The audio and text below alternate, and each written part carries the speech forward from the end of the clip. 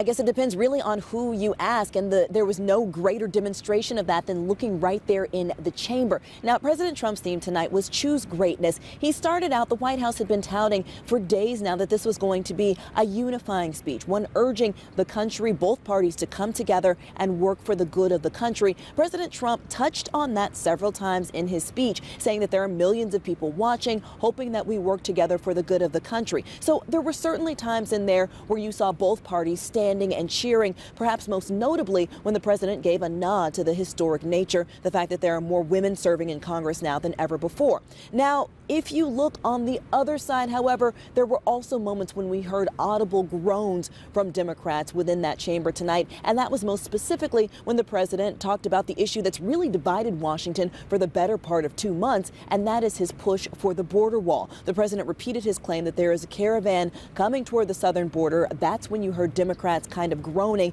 and the president said that if you build a wall, again, his kind of favorite phrase, then crime will fall and the country will be safer. Now, as for whether or not he's going to be declaring a national emergency, as you guys were talking about, he seemed to kind of step back on that and put things back in Congress's court tonight. In fact, he said to Congress, look, we want you to get a deal done to keep the country safe, and by authorizing essentially money for the border wall. So the president signaling that possibly we could be looking at another possible government shutdown at the end of next week.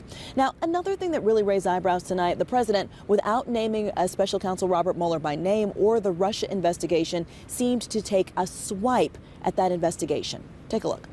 There is going to be peace and legislation. There cannot be war and investigation. It just doesn't work that way.